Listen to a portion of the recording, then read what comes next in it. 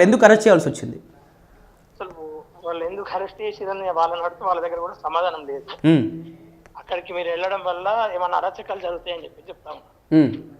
అరాచకాలు ఏంది అని చెప్పేసి అడిగితే కూడా దానికి సమాధానం లేదు. ఎందుకు అరెస్ట్ చేస్తున్నాం, ఎవరు అరెస్ట్ చేయమన్నారు కూడా దానికి ఎట్లాంటి సమాధానం లేదు.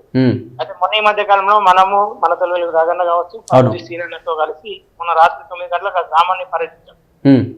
ఎందుకంటే అది పూర్తిగా ఊరికి ఆ గ్రామానికి దాదాపు 1895 ఇండ్లు ఉంటాయి. కరెంటు వాటర్ పూర్తిగా కడిగేసి వాళ్ళని అక్కడ నుండి పంపించేయాలనేదే పట్టుగా కూర్చుంది ప్రభుత్వం.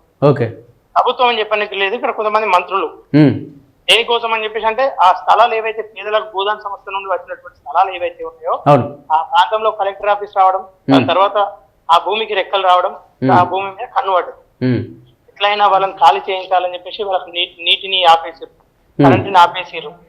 ఆ రోజు మన పాత వీడియోలో చూస్తే చిన్న పిల్లలు కరెంట్ కావాలి, మేము చదువుకోవడానికి ఇబ్బంది అవుతుందని చెప్పేసి ఒక ఎమోషనల్ గా పిల్లలు మాట్లాడినటువంటి మాటలు ఇవన్నీ చూసి తరించిపోయి ఖచ్చితంగా సమస్యను రాష్ట్ర వ్యాప్తంగా తీసుకురావాలి, వాళ్ళకు న్యాయం జరిగేంత వరకు అందరం పోరాటం చేయాలని ఆ రోజు నిర్ణయించుకున్నాం. పృథ్వీరాజన్న కావచ్చు అనేక మంది. అదే దిశగా ఈ రోజు సోమాజిగూడ ప్రెస్ క్లబ్ లో కూడా వాళ్ళందరూ బాధితుల నుంచి ప్రెస్ మీట్ ఉంది.